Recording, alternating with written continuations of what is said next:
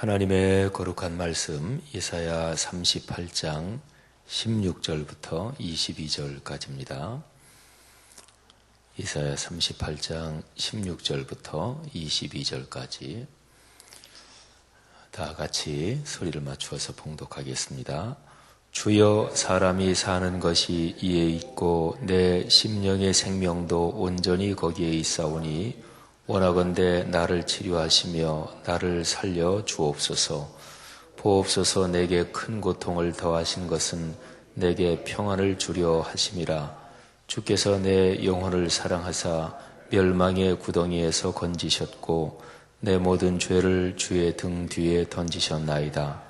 스올이 주께 감사하지 못하며 사망이 주를 찬양하지 못하며 구덩이에 들어간 자가 주의 신실을 바라지 못하되 오직 산자 곧 산자는 오늘 내가 하는 것과 같이 주께 감사하며 주의 신실을 아버지가 그의 자녀에게 알게 하리이다.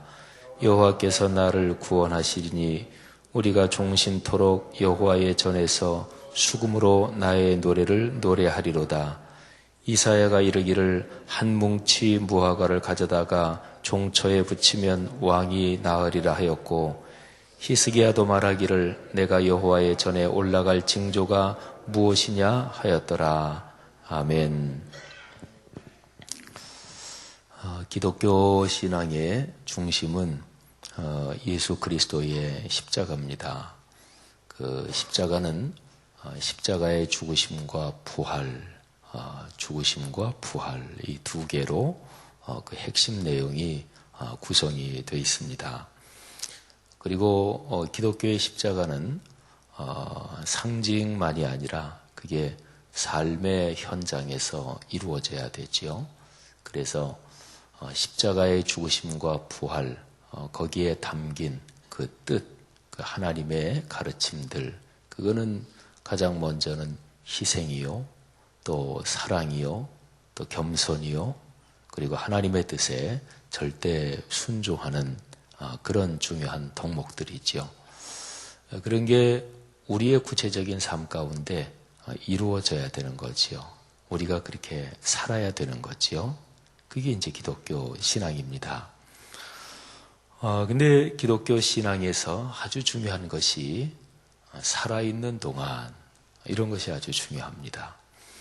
십자가의 죽으심과 그리고 부활신앙 이렇게 말씀드렸는데 구약 성경에 보면 오늘 여기 본문 18절 같은 그런 구절이 구약 성경에 쭉 맥으로 흐르는 그런 내용입니다.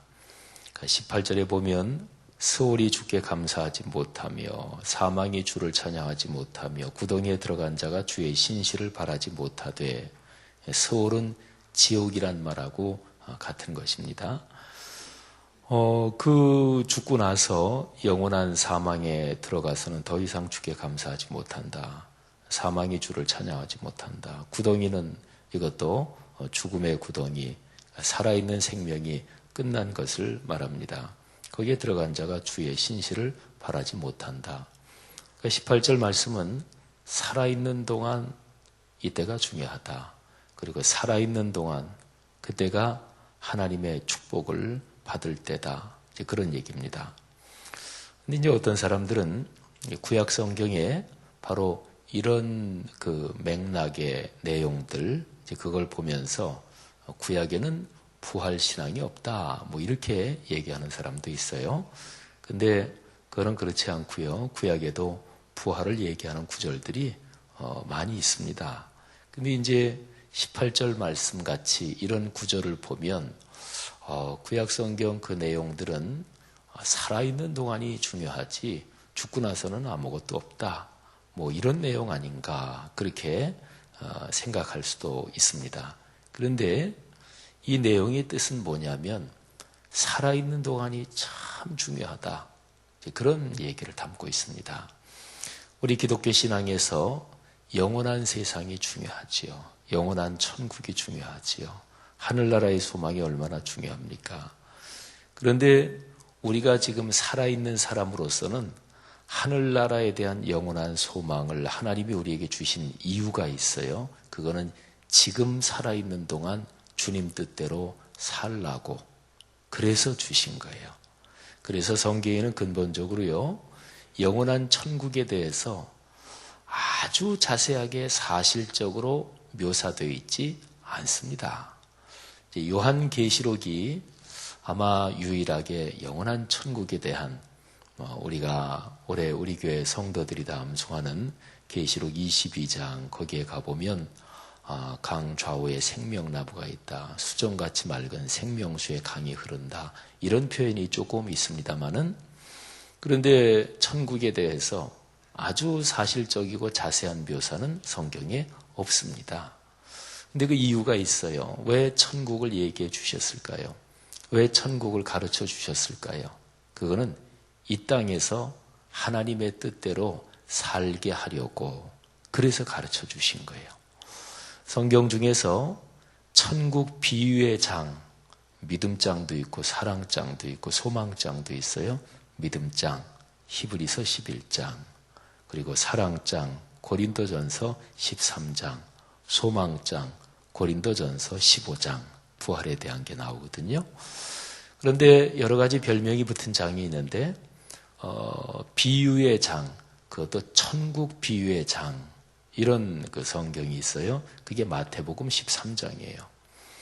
근데 거기에 기록된 그 천국은요, 몽땅 다 우리가 이 땅에 사는 이 지상의 삶을 얘기하고 있어요. 그러니까 천국에서도 영원한 천국이 있지요. 그런데 이 지상 천국도 있습니다. 또 우리가 가정 천국 이런 얘기도 하잖아요. 그러니까 영원한 천국의 기쁨, 그 놀라운 축복이 믿는 사람들이 이 세상에 살아가는 동안 이미 이 세상에서 작동한다는 거예요. 이 세상에서 살아 움직인다는 거예요. 그게 이제 마태복음 13장 천국 비유의 장에서 아주 중요한 가르침이죠. 그러니까 살아있는 사람으로서는 여기에서 하나님이 주신 천국의 맛을 보는 것인데 영원한 천국이 이 땅에서 이미 이 땅의 삶에 들어와서 여기에서 진행되고 있는 것인데 그거를 누려야 돼요. 그거를 갖고 가야 돼요.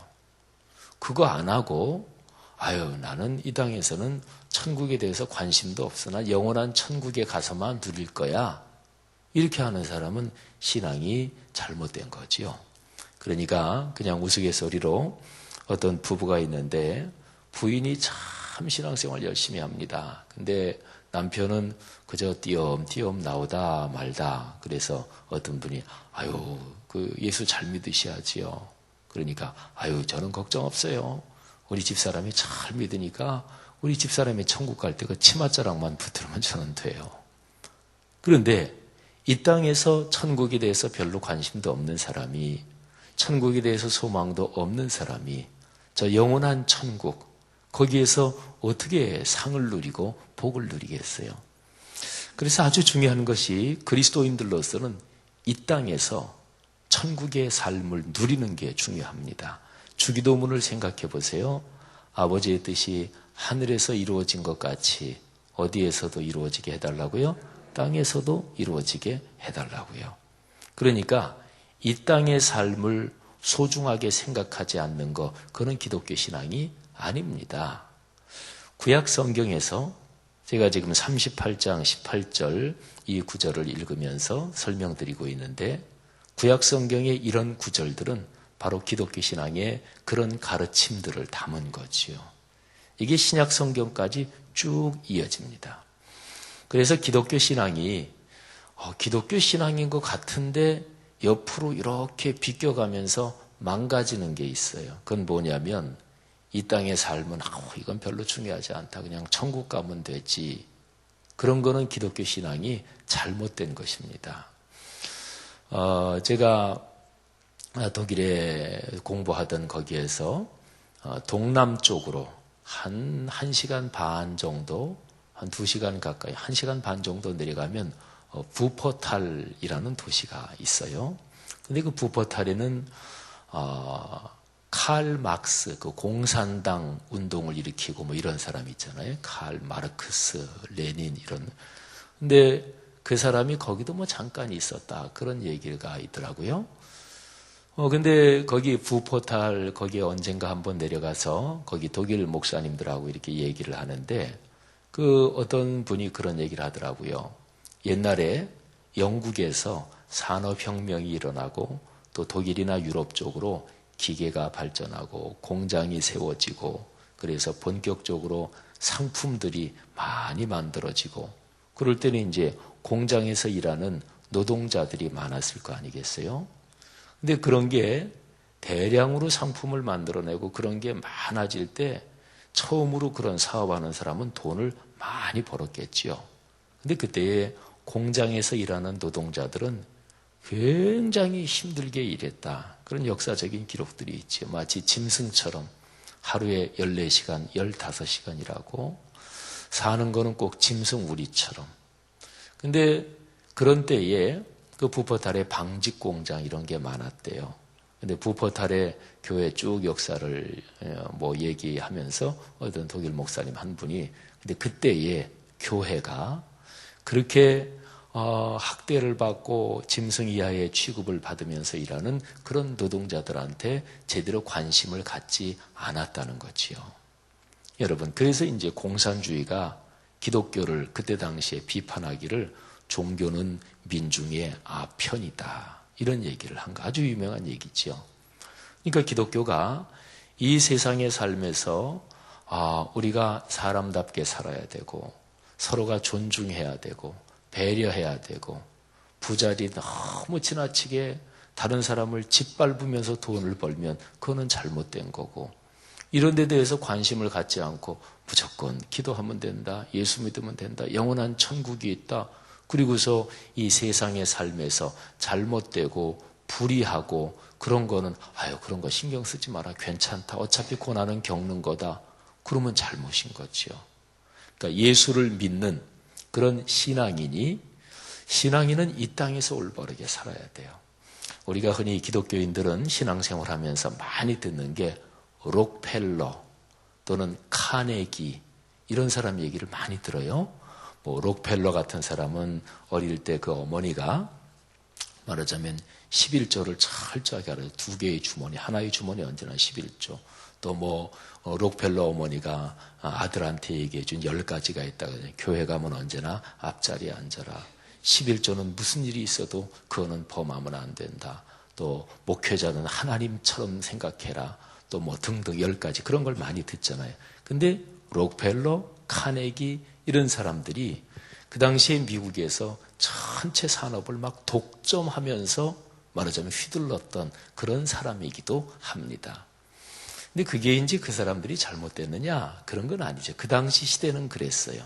근데 어쨌든 미국에서 노예제도가 있고 미국에 있는 아메리칸 인디언들, 우리 교회 김근주 선교사 내외가 카나다 토론토 그 근처에서 우리 북미주 원주민들을 위해서 지금 사역하고 파송되어 있잖아요.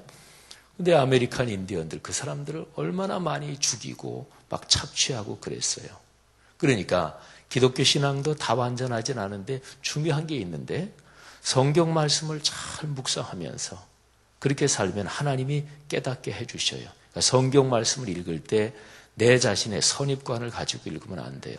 그래서 우리가 말씀을 묵상할 때 제일 처음에 비움이 중요한 거예요. 하나님, 우리가 사람이 완전히 아무것도 없이 비운다는 것은 어쩌면 참 힘든지 몰라요. 근데 하나님의 은혜로 가능해요. 그러니까 비우고 그러면서 주님의 뜻을 깨닫게 하옵소서. 그렇게 하면 기독교 신앙은 늘 그 시대에서 록펠러 이런 사람들이 살았던 1800년대, 1900년대 그때 미국이 꽉 발전하면서 아주 큰 기업체는 사회 전체를 막 독점하고 막 이랬던 시기이기도 한데 1800년대든 1700년대든 산업혁명이 막 일어나던 1600년대 말 1700년대든 다 마찬가지예요. 그런 시대에 진실하게 하나님을 믿었던 사람들은 어려운 사람을 도왔어요. 그거는 시대를 막론하고 마찬가지입니다. 근데 언제? 살아있는 동안. 이게 참 중요합니다. 내가 지금 이 땅에서 인생길을 걸어가는 동안 그때의 신앙생활을 잘해야 되는 거죠. 그리고 진실하게 해야 되는 거죠. 자, 그래서 보세요. 19절 말씀. 그러니까 18절은 그런 내용이에요. 죽은 다음에는 더 이상 감사하지 못하고 또 더 이상 찬양하지 못하고 더 이상 주의 은총을 바라지 못한다. 살아있는 동안이 중요하다. 살아있는 동안 뭐 해야 되는 건가요? 자, 19절을 보세요. 오직 산자 곧 산자는 오늘 내가 하는 것과 같이 뭐를 해야 돼요? 주께 감사하며. 주께 감사하며. 그 다음에 또 하나가 있는데 주의 신실을 아버지가 누구한테 알게 해야 돼요? 그의 자녀에게 알게 해야 돼요. 자, 보십시오. 두 가지인데요. 첫째는 주님께 감사해야 된다. 감사는 신앙의 꽃이요 또는 열매라고 우리가 흔히 신앙생활에서 많이 듣잖아요. 감사. 근데 이 감사가 20절에 있는 내용하고 연결돼요. 감사는 근본적으로 구원에 대한 감사입니다. 하나님께서 나를 영원한 사망에서 그리고 영원한 생명으로 구원해 주신 우리 기독교 신앙의 핵심 내용을 직접적으로 얘기하면 예수 그리스도의 십자가 사건, 그 사건이 나를 위한 사건이다. 이거를 깨닫고 체험하고 그리고 거기 구원에 대한 감사, 이게 근본적인 감사의 내용이에요. 그렇게 구원받은 거에 대한 감사, 그리고 20절에 보니까 그 감사 때문에 어떻게 해요? 종신토록 여호와의 전에서 수금으로 나의 노래를 노래하리로다. 감사하는 사람은 찬송합니다. 구원에 대한 감사, 거기에서 우러나오는 찬송, 그게 예배입니다. 구원에 대한 감사, 거기에서 우러나오는 찬송, 그래서 사람의 사는 것이 오로지 주의 거룩한 뜻을 따라 사는 거구나. 그러니까 주님의 말씀에 귀 기울인다. 그게 바로 예배입니다. 그래서요, 산자는 뭐 하면서 사는 거냐? 산자는 감사하는 거예요. 우리 신앙생활 하면서 그런 얘기 많이 들었잖아요. 불평, 불만은 마귀가 주는 거다. 근데 그거는 아주 기독교 신앙에 오래부터 내려온 거예요. 존 버년 1600년대 살았던 영국의 유명한 신앙인이고 또 그분이 쓴 철로 역정은 참 유명하잖아요. 우리 한국의 목사님들 중에서는 이성봉 목사님, 그분이 전국 토를 다니면서 부흥회를 하시면서 철로 역정, 그걸 가지고 말씀을 전하신 분들 아주 유명하지요. 그 철로 역정에도 나와요. 불평이, 불만이 이런 게 나와요. 그게 이제 사탄이 그리스도인 성도를 자꾸 유혹하는 거지요. 그렇습니다. 그러니까 예배의 근본 정신은 감사요, 찬양이요, 하나님 만난 기쁨이지요. 그래서 산자는 뭐 해야 되느냐? 예배 드리는 거예요. 예배 안에 감사, 찬송, 그리고 말씀에 순종하는 거 이런 게 담겨 있는 거지요. 근데 예배는 근본적으로 여기 20절 표현대로 여호와의 전에서 예배 드리는 거예요. 구약에 보면 성전은 한 군데입니다. 다른 데 성전은 만들 수가 없어요. 이유가 있습니다. 그 당시 구약시대에는요, 이게 우상이나 이런 게 가장 중대한 신앙에서 문제였기 때문에 그래서 우상 숭배에 빠지는 것, 이방 종교에 빠지는 것, 이거를 막기 위해서 딱 한 군데만 성전이 있어요. 예루살렘이에요. 그래서 이스라엘 남자들은 1년에 3번 예루살렘 성전에 반드시 와야 돼요. 근데 유대인들은 되게 넓게 흩어져 살았는데 지중해 근방의 먼 데서부터도 왔다고 그래요. 근데 이제 학자들이 생각하기에는 6월절, 오순절, 수장절 3번 다 오지는 못했을 것이다. 근데 가운데 있는 오순절 때 1년에 경건한 유대인이라면 1년에 한 번은 왔을 것이다. 그렇게 생각을 합니다. 지금도 유대인들은 그렇게 모이지요. 그게 바로 이제 말하자면 성지순례라는 게 이제 그런 개념인 거지요. 하나님의 성전에 모인다.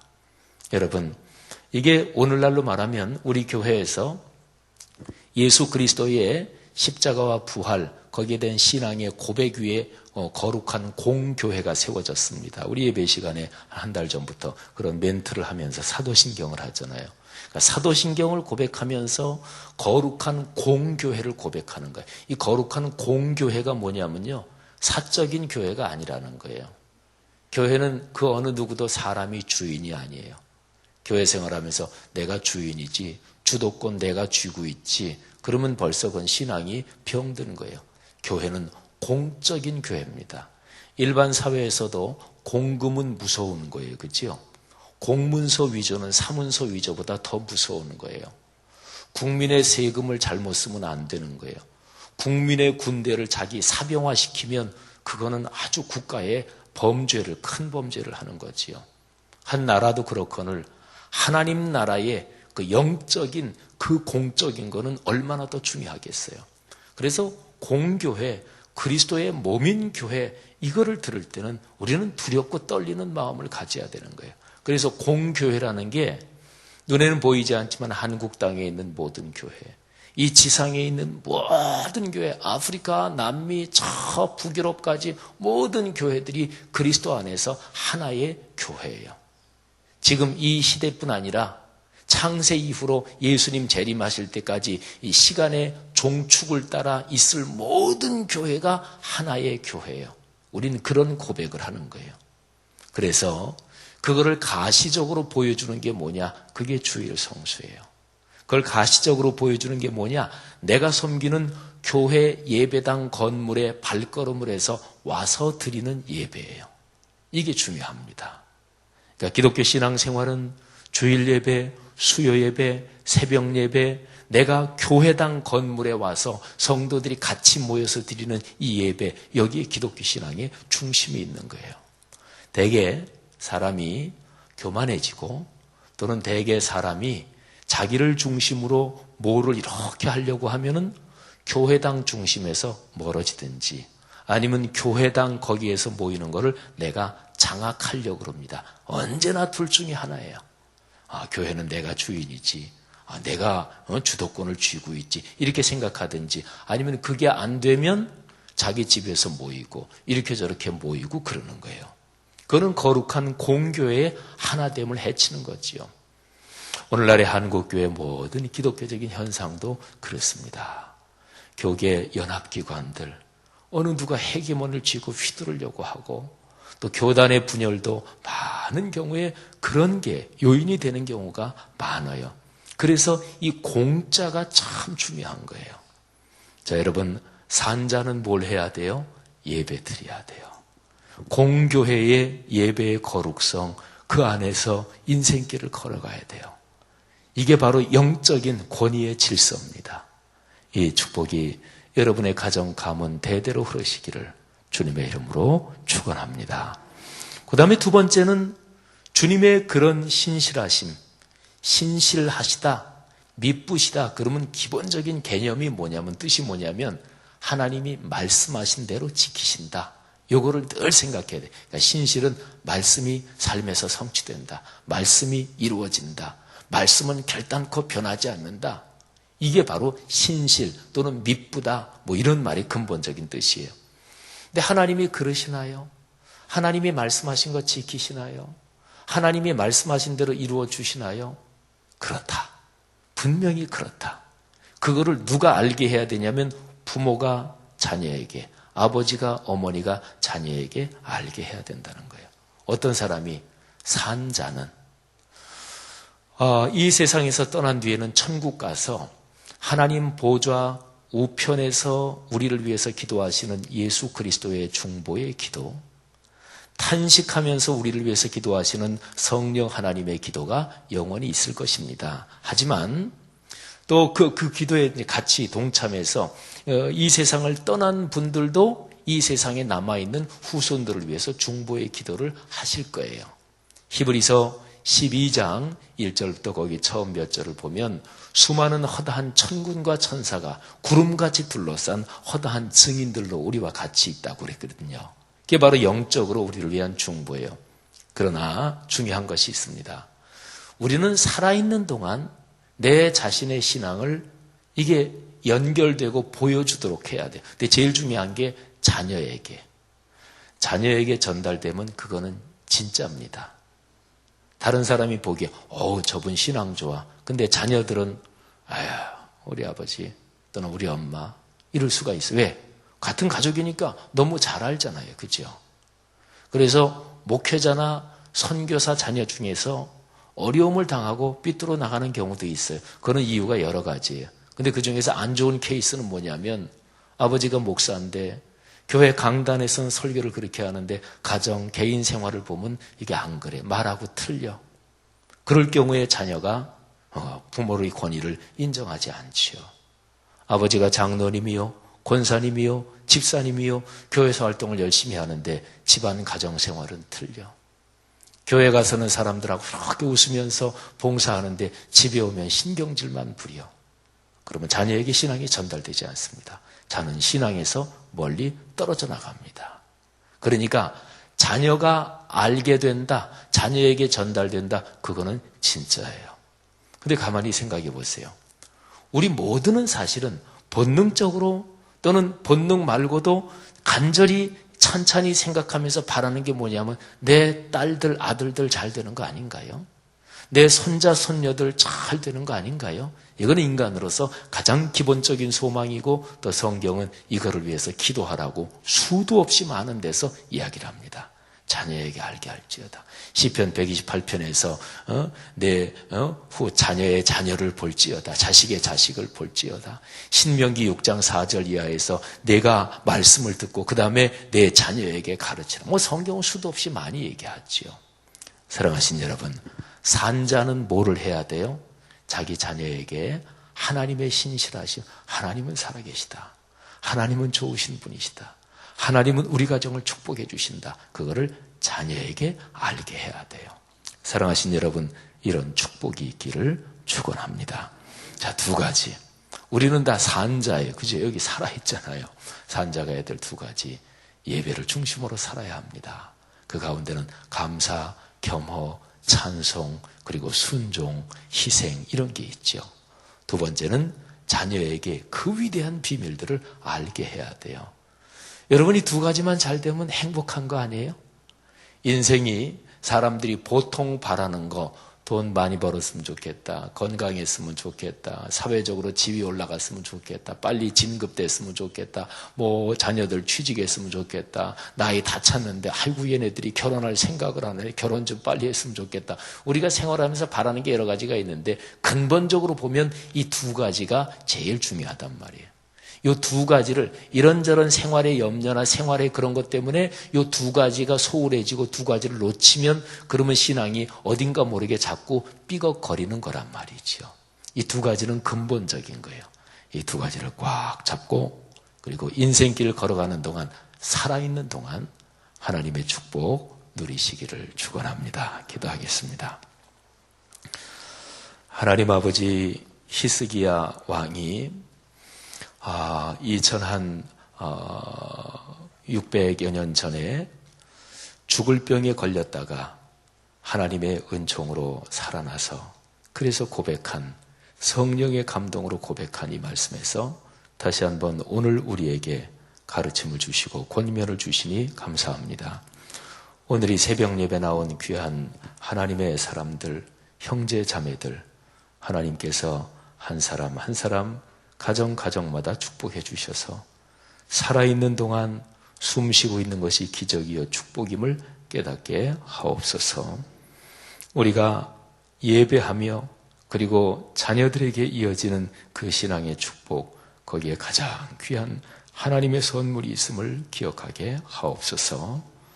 모든 그리스도인들 한국교회가 다시 한번 예배가 소중함을 깨닫게 하시고 예배의 가장 중요한 정신, 하나님의 거룩하신 구원을 감사하며 그래서 그 영광을 찬양하며 그리고 하나님의 거룩한 말씀을 귀 기울여 듣고 겸손하게 순종하고 그리고 오로지 하나님의 자녀로 사는 그 위대한 축복 늘 넘치게 하옵소서. 하나님 아버지, 그런 우리의 신앙이 예배와 예배 후에 이어지는 삶이 하나로 흘러서 그래서 거룩한 산 제사가 되게 해 주옵소서. 주일 예배, 수요 예배, 새벽 예배, 또 소그룹으로 모이는 구역 예배, 모든 예배들의 흐름이 예배들을 짚고 건너가는 그 삶의 징검다리가 우리의 삶의 축복의 흐름인 줄 믿습니다. 하나님 아버지, 우리의 모든 자녀들이 그런 신앙을 배워 거룩하신 하나님의 공동체, 이 땅에 있는 모든 그리스도의 몸인 교회가 거룩한 공교회의 하나됨 안에서 역사와 시대 속을 흘러 주 예수 그리스도의 이 귀한 복음을 땅끝까지 전하게 하옵소서. 감사합니다. 오늘 하루도 그런 축복의 날 되게 하시고, 그리고 내일 거룩한 주일을 잘 준비하는 한 날 되게 하옵소서. 예수 그리스도 이름으로 축복하며 기도 올립니다. 아멘.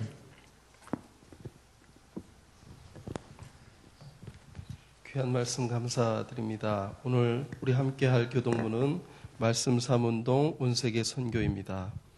성경의 중심 가르침 말씀 삼운동 온세계 선교의 비전은 주님이 말씀 삼 공동체 성락 성결교회에 주신 명령임을 믿습니다. 이 소명을 사명으로 받아 순명하여 이루도록 우리를 이끌어 주옵소서.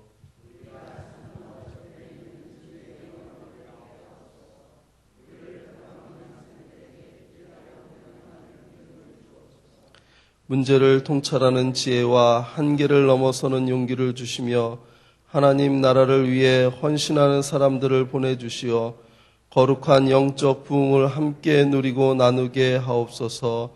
아멘. 주님이 가르쳐 주신 기도하시겠습니다. 하늘에 계신 우리 아버지, 아버지의 이름을 거룩하게 하시며 아버지의 나라가 오게 하시며 아버지의 뜻이 하늘에서와 같이 땅에서도 이루어지게 하소서. 오늘 우리에게 일용할 양식을 주시고 우리가 우리에게 잘못한 사람을 용서하여 준 것 같이 우리 죄를 용서하여 주시고 우리를 시험에 빠지지 않게 하시고 악에서 구하소서. 나라와 권능과 영광이 영원히 아버지의 것입니다. 아멘. 지금 들은 말씀이 내 삶으로 이어지게 하옵소서. 전도 대상자마다 주님을 영접하는 은혜가 있게 하소서. 말씀 삼운동 온세계 선교를 축복하셔서 하나님의 나라가 확장되게 하소서. 여름 아울리치 사역에 많은 열매를 주옵소서. 주일을 준비하는 손길에 하나님의 탁월한 능력을 주옵소서. 이 여러 가지 기도 제목과 각자 가지고 나오신 기도 제목 아뢰신 후 돌아가도록 하겠습니다. 기도하겠습니다. 살아계셔서 역사하시는 주님, 오늘 우리에게 허락하여 주시는 귀한 말씀을 우리가 참 예배자로 설 수 있도록 주님 우리를 인도하여 주시고 우리를 불쌍히 여겨주시며 또한 우리가 주님 앞에 나와 예배하며 찬양하며 말씀을 기도할 때마다 우리의 심령이 주님께서 원하시는 귀한 은혜가 충만할 수 있도록 또한 그 말씀 그대로 살아가는 귀한